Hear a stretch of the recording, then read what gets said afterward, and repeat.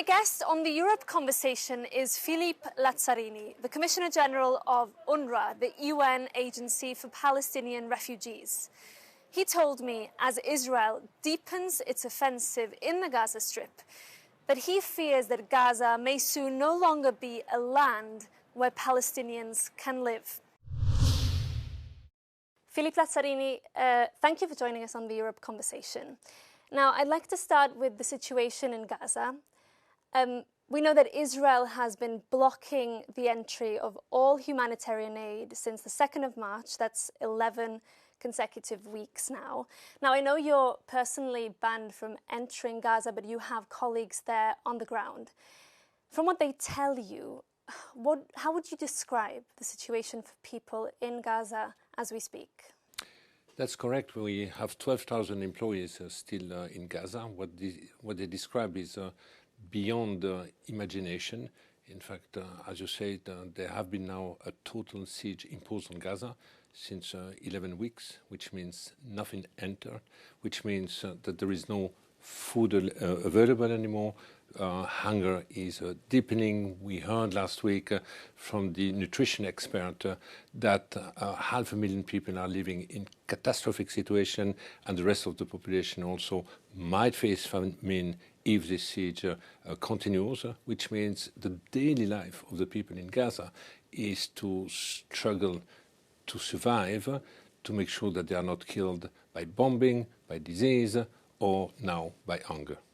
Now, the Israeli Prime Minister Benjamin Netanyahu has said that he will now let basic amounts of food enter, and that's while a new operation backed by the US and Israel is preparing to start distributing aid.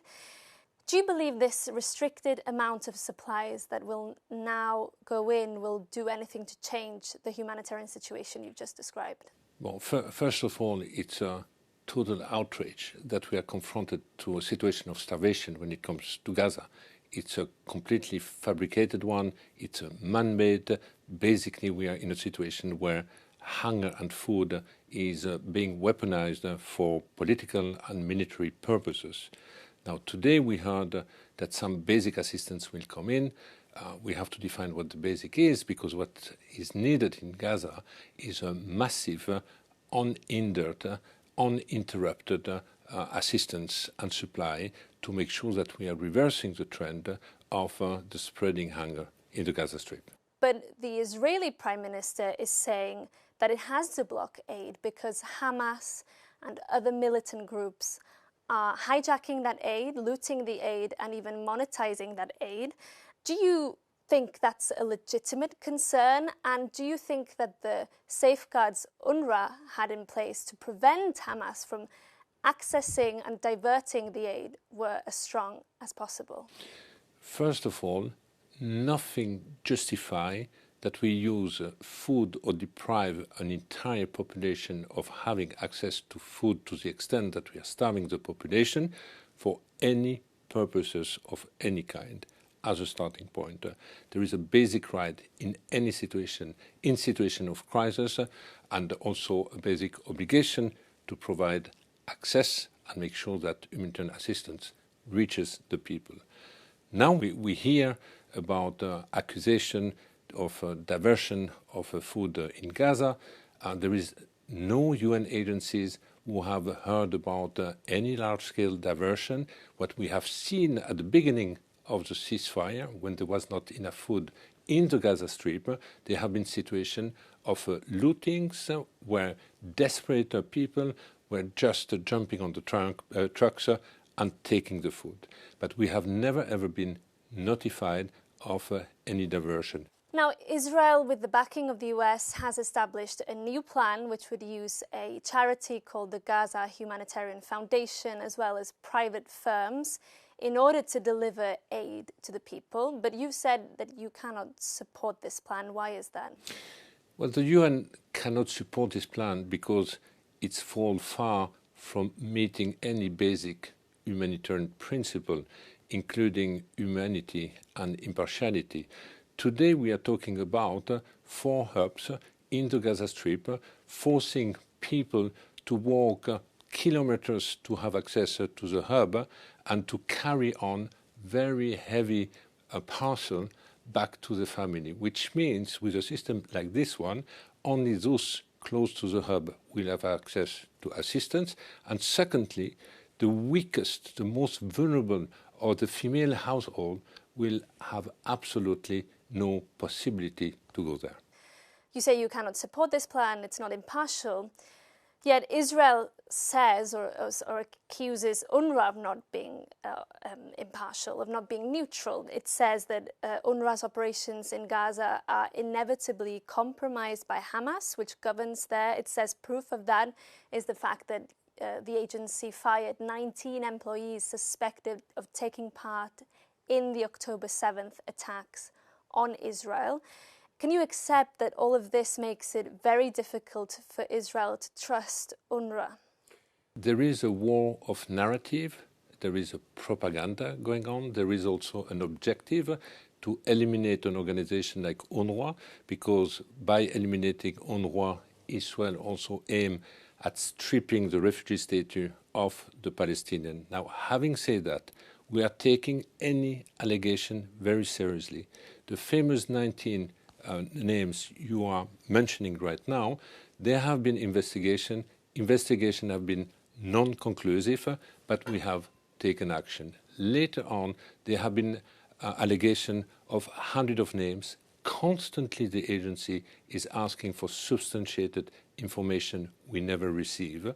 Hence, we are not in a possibility to follow up just on allegation being provided that way. Yet there is a 72-page document publicly available on the Israeli government's website. It says it contains abundant proof of how Hamas has infiltrated UNRWA. Are you saying that you're contesting all of that evidence that Israel says it has? I'm not contesting everything. What I'm saying is, number one, we are not operating in a no-risk environment. But we have a no-tolerance policy. Whenever there is an allegation that a staff might be part of the armed group of Hamas or the jihadists, we will act quickly and smoothly. But for that, we need collaboration, we need information. And over the last 2 years, I have repeatedly asked the government of Israel to share information with the UN or with UNRWA so that we can undertake investigation. Until today, we have never received any substantiated information. Now, you mentioned there is a full-scale military operation underway. Euronews exclusively saw a plan for Gaza's future last week, which is being considered by the Israeli government. It suggests the IDF could take control of the whole of Gaza and force civilians into designated security zones. There are signs now that this plan is underway. How do you respond to this? Well, there are many plans that we have seen until now. Some of them are more dystopian than other one. I do not know what it means to send people in secure zone. Until now, Gaza have proven that there is absolutely no safe place. Israel said last year that there is a safe humanitarian zone in the south of Gaza, but we have also seen that it has been regularly targeted, bombarded, and even people living on the tent have been killed. So what I see for the time being is a continuation of the destruction, of the deaths and killing of the Palestinians in Gaza. And my fear is that we might reach a point where Gaza might not be a land anymore for Palestinians to live in. Do you believe Donald Trump when he says he can take care of the situation in Gaza? I do believe that President Donald Trump has the necessary influence to change the situation in Gaza and to make sure that the siege be lifted and that the population get access to the assistance it deserves. You've previously said that UNRWA is living its darkest hour. Today, is UNRWA still able to deliver for Palestinian refugees given all of these difficulties? Despite the fact that the agency is experiencing its darkest hours.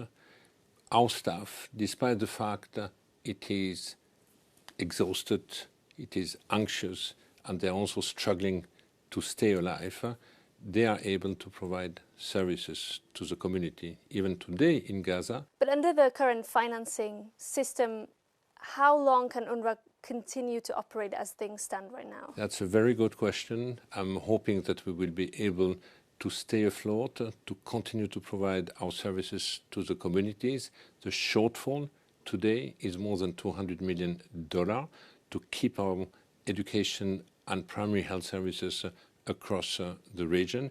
It's a race against the clock, and I really hope I will not be pushed in a situation where I have to announce the suspension of our services. But that is something you've had to contemplate? This is something I unfortunately have to contemplate on a regular basis. What would be your message to those Western governments, as we are seeing right now, that are currently cutting back on humanitarian aid funding? Well, the main message is do not compromise our ability to respond to crisis. I know that many countries are going through austerity budget, but cutting in international cooperation or humanitarian assistance is certainly not the area where countries should cut. I mean, for example, if we do not address the crisis, people will want to leave and most likely come here, and then the cost will be much more expensive. Mr. Lazzarini, thank you for your time. Thank you.